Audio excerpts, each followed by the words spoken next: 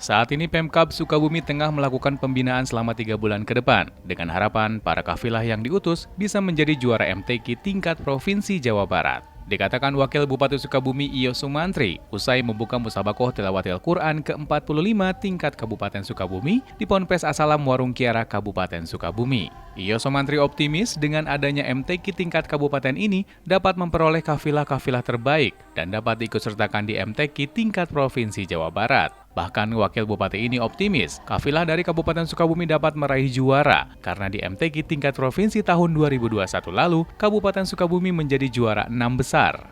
Baik, hari ini kita melakukan pembukaan MTQ ke-45 tingkat provinsi.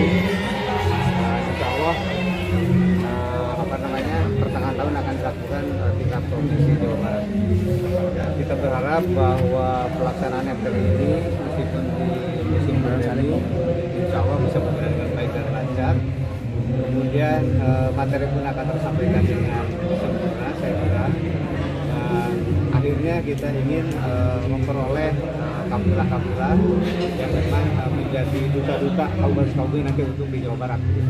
Ya, kita posisi tahun kemarin kita ada di posisi ke-8 besar di Jawa Barat.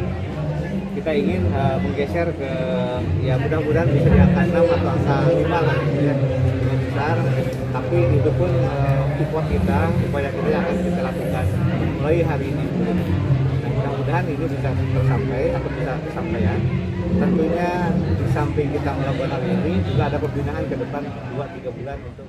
Sementara itu MTQ tingkat Kabupaten Sukabumi digelar dari tanggal 23 hingga 27 Januari 2022 yang diikuti kafilah dari 47 kecamatan di Kabupaten Sukabumi.